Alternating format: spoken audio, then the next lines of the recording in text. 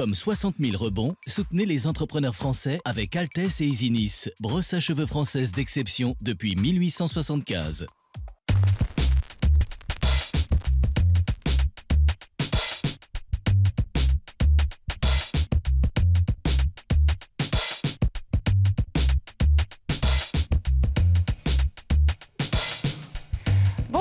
Bonjour et bienvenue pour cette 10e émission de 60 000 rebonds. Aujourd'hui, j'ai l'honneur d'être entourée de Maxence Brachet, secrétaire général de l'association 60 000 rebonds, et de Yuri Motte. Bonjour à tous les deux. Yuri, vous êtes chargé d'accompagnement au sein de 60 000 rebonds, plus sur la région Auvergne-Rhône-Alpes. Tout à fait. Bonjour.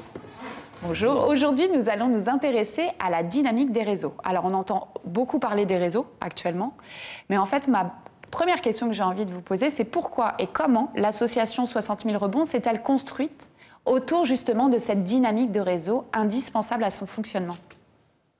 Eh bien, tout simplement parce que c'est ce qu'on appelle aujourd'hui l'intelligence collective.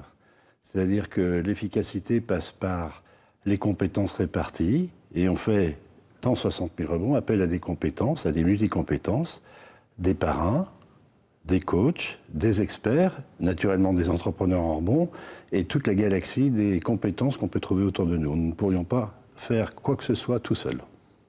Donc c'est vraiment une volonté en fait de se développer par réseau et avec ce format d'intelligence collective, de co-construire ensemble cette association pour la développer aussi. Tout à fait.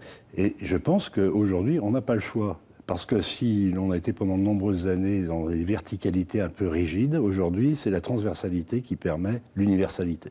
Donc c'est une approche par réseau, mais qui se traduit comment au quotidien? Yuri, vous êtes opérationnel pur, on va dire, chez 60 000 rebonds. Donc expliquez aux gens qui nous rejoignent et qui découvrent aussi l'association, comment ça se passe justement, concrètement.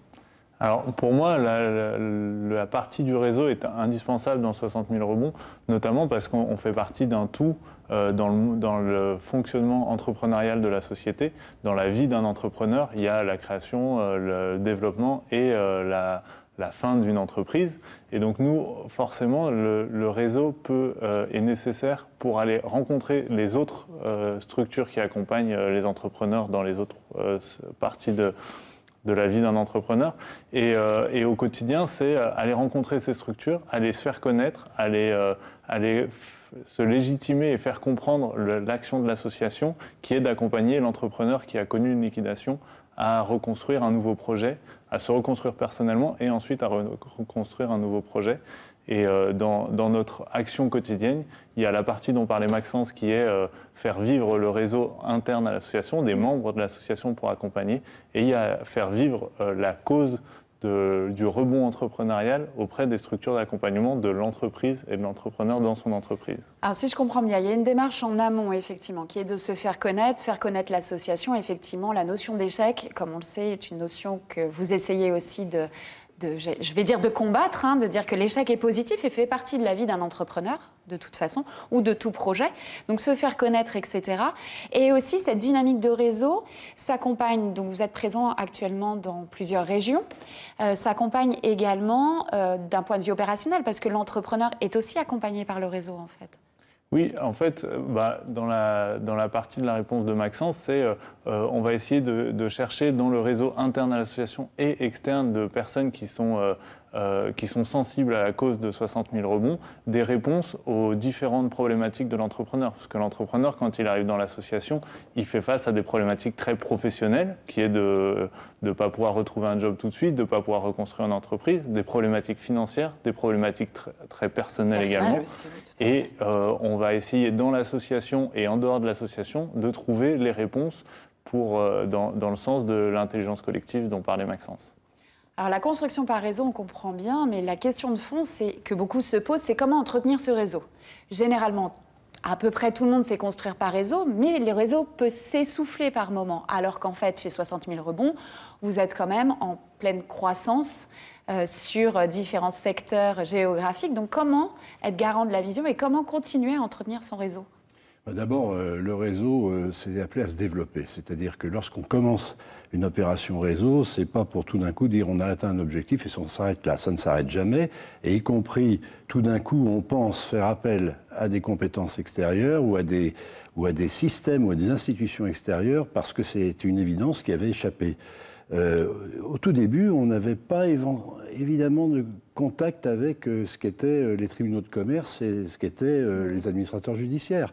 Et puis, très naturellement, on s'est mis en contact avec eux et ça a fait, j'allais dire, tache d'huile, parce que maintenant, ce sont même parfois des présidents de tribunaux de commerce qui sollicitent l'association pour qu'on crée sur leur territoire une antenne de 60 000 rebonds. Donc moi je vois ça comme une croissance naturelle, comme l'onde sur l'eau. Ça se développe, mais ça s'entretient, et si jamais on ne l'entretenait pas.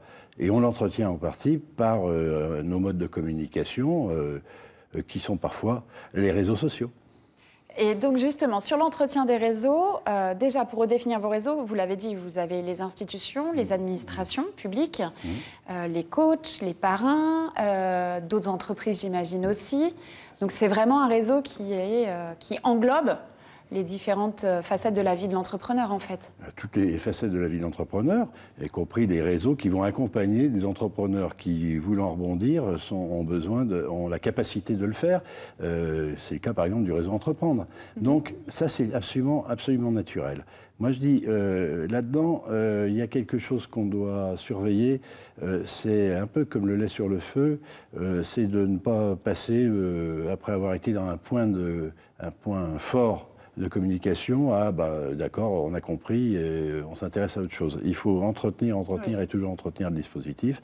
Mais ça, je ne vois, avec la croissance à travers les métropoles françaises, je vois l'effet que ça peut avoir, et pour le moment, ça ne part pas en arrière. Ça se développe jour après jour. 60 000 rebonds est présent où sur le territoire géographique actuellement? Sur toute la France. Sur toute la France. Toute la France. D'accord. Sauf la Corse. Sauf la Corse. Comment êtes-vous, justement, comment maintenez-vous cette vision, en fait, commune et les valeurs communes? Comment êtes-vous sûr qu'il n'y ait pas des dérives ou ce genre de choses dans certaines antennes? Alors, déjà, on a la chance d'avoir un président national et donc qui est régional, qui est Guillaume Mullier, qui est charismatique et qui présente cette vision et qui la vit très bien, donc ça permet aux membres de 60 000 rebonds de la connaître. Après, c'est au rôle des opérationnels, comme moi, comme Thibault et moi sur la région Auvergne-Rhône-Alpes, mais également des bénévoles les plus impliqués, comme Maxence, de la faire vivre au quotidien, et notamment dans les réunions collectives, de continuer à reparler de cette cause, reparler de cette vision, et de montrer que chaque membre de l'association a sa pierre pour construire la croissance de 60 000 rebonds. Quelles peuvent être les difficultés à cette approche par réseau? Est-ce qu'il y en a finalement? Moi, je pense que dans nos débuts, on a eu parfois quelques difficultés à se faire entendre parce que c'était nouveau, parce que c'était un secteur qui n'était pas du tout accompagné et que, bon, il y a tellement de sujets de préoccupation, pourquoi est-ce que diable on s'intéresserait à ça? On a bien assez de soucis. Je pense qu'aujourd'hui, c'est l'effet inverse, c'est-à-dire que tout le monde constate que l'accompagnement d'entrepreneurs qui ont été faillis, qui ont été liquidés à la barre du tribunal, se retrouve dans une solitude épouvantable et qu'il y a absolument quelque chose à faire s'il y a chez eux une volonté de rebondir, soit sous forme d'emploi salarié, soit sous forme de création d'entreprise. Aujourd'hui, c'est, dans l'air du temps, quelque chose qui, à mon sens, ne pose plus de problème de l'intérêt que portent les gens à cette problématique. Oui, et puis l'entrepreneur, effectivement, le réseau est aussi pour lui très important parce qu'il a tendance peut-être à s'enfermer suite à une liquidation et ça nécessite de l'ouverture et une approche réseau nécessite forcément de s'ouvrir, non? La première ouverture pour quelqu'un qui est en rebond, c'est lorsqu'il se retrouve dans une assemblée mensuelle et qu'il a autour de lui des alter-égos, il a autour de lui des coachs, des parrains, des animateurs, et que plus rien finalement ne le différencie. Au bout d'une heure passée ensemble, on est tous dans le même bateau à ramer dans le même sens.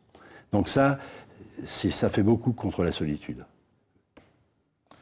Moi, j'ajouterais sur la partie difficulté que vous disiez tout à l'heure que l'échec en France était quand même toujours assez mal vu, même si on voit que ça évolue, et que c'est une des difficultés principales, c'est d'aller voir des chefs d'entreprise pour la partie soutien de l'association, mais même pour d'autres structures qui accompagnent au développement de l'entreprise, qui disent mais nous, nous, on n'est pas intéressé par ça, voire on ne peut pas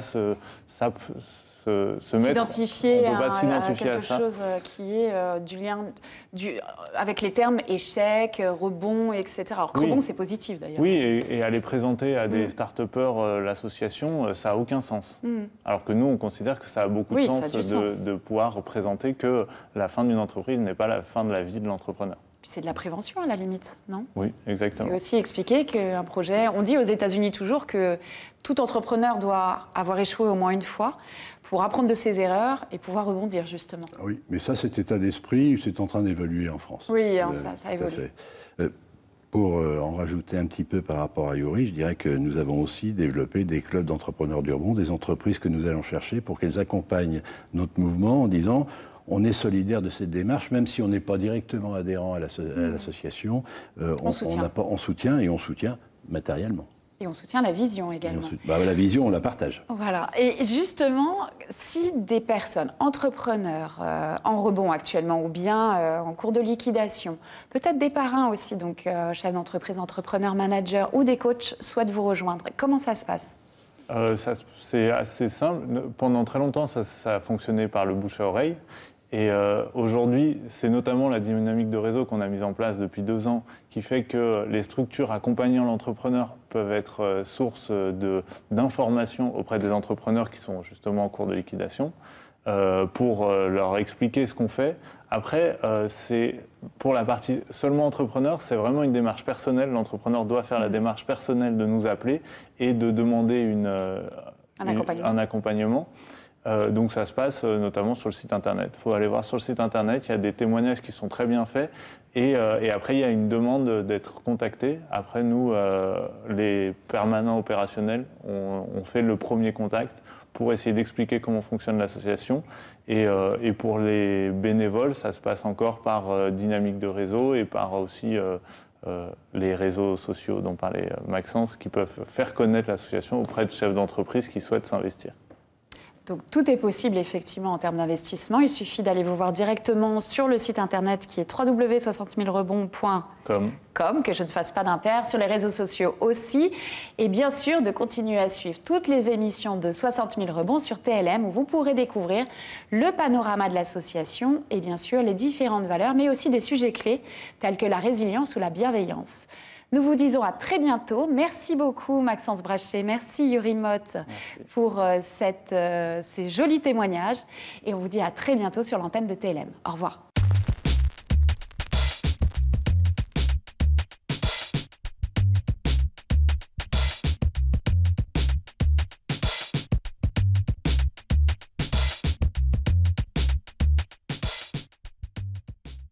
Comme 60 000 rebonds, soutenez les entrepreneurs français avec Altesse et Isinis, brosse à cheveux française d'exception depuis 1875.